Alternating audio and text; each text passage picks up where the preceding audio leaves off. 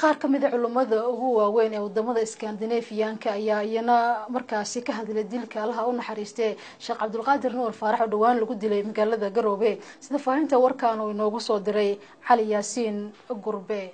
kadib markii maalinimadii Jimcaha ahayd uu dhagarqabo la soo adeegsaday dil bareera u geystay sheekii Soomaalidu ka wada naxday geeridiisa waa Sheekh Cabdulqaadir Faarax Nuure waxa soo baxay cambaareynta ka imaanaysa guud ahaan culimada Soomaaliyeed ee caalamka ku kala nool sheekh kamid ah mashaayikhda ugu waaweyn culimadeena Soomaaliyeed isla markaana sheekha Soomaalida wadamada la isku yiraahdo Scandinavian-ka Sheekh Yuusuf Axmed ayaa bayaan tacsiya cambaareyna ka soo saaray dilkii Sheekh Cabdulqaadir lagu geystay magaalada Garowe maalinimadii Jimcaha ahayd waxaanu yiri aniga ku hadlaya magacayga iyo magaca culimada Scandinavian-ka ahlu sunnada dhamaantood iyo gaar ahaan culimada Sweden gaar ahaan magaalada Göteborg masjidka ahlu sunna wal jamaa iyo magaca odayaasha iyo maamulka ayaan waxaan u direynaa tacsiye shacabka Soomaaliya guud ahaan gaar ahaan culimada diinka Soomaaliyeed gaar ahaan qaraabadii maartay uu ka tagay sheekhanaga Sheekh Cabdulqaadir Nuur Faarax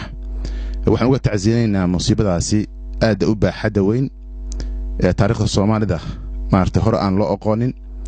waxaan leeyahay inna lillahi wa inna ilayhi raaji'uun inna lillahi ma akhadha wa lahu ma a'ta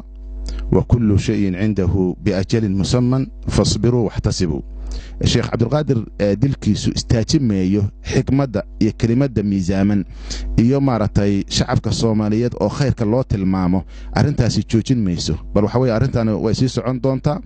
maxaa yeelay Ilaahay baa awood iska leh laakiin Sheekh Cabdulqaadir dad badan buu tarbiyay dad fara badan buu maartay la noolaaday saxwada islaamka meel weyn buu soo gaarsiiyay umrigiisa asaga iyo ragga lamidii culimada kale oo wanaagsan oo lamidii meel weyn bay soo gaarsiiyeen oo aan gadaal u laabad lahayn marka cidii doonaysa waaga soo bariyo inuu gacmihiisa ku aadiyo qofka doonayahay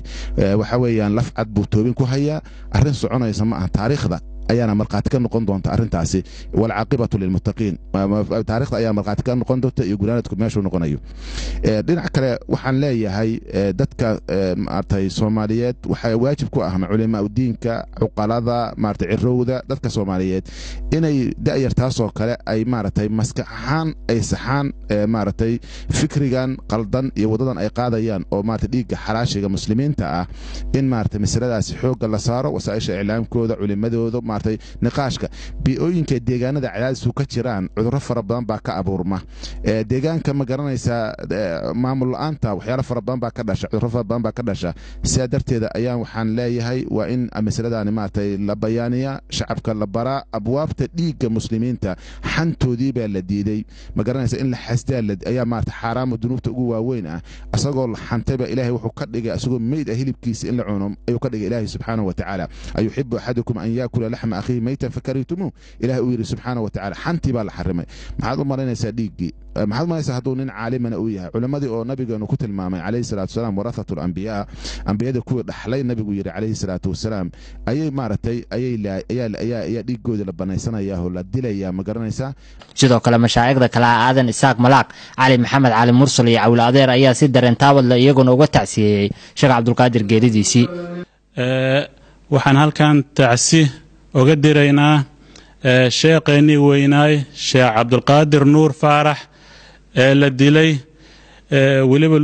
ahayd geeri mataqaana naxdin leh geeri xanuun badan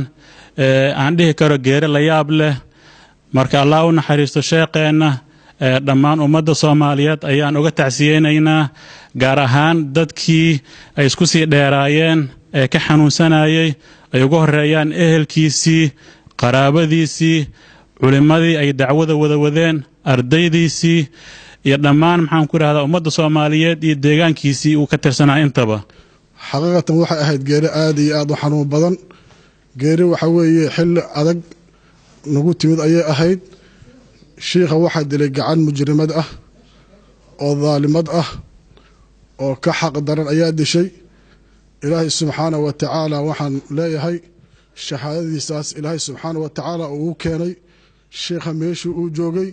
ilaahay shahaadada sax ka aqbalo. isku soo wada duuba bayaanka maanta ay culimadu ka soo saartay masaajidka Ahlusunna wal Jamaa ee magaalada Gothenburg ayaa ku soo aadayay xilli ummadda Soomaaliyeed wadamada islaamka iyo culimo badan ay ka soo saareen baaq cambaareen iyo dilkii Sheekh Cali Yaasiin Gurbe. Somali Channel.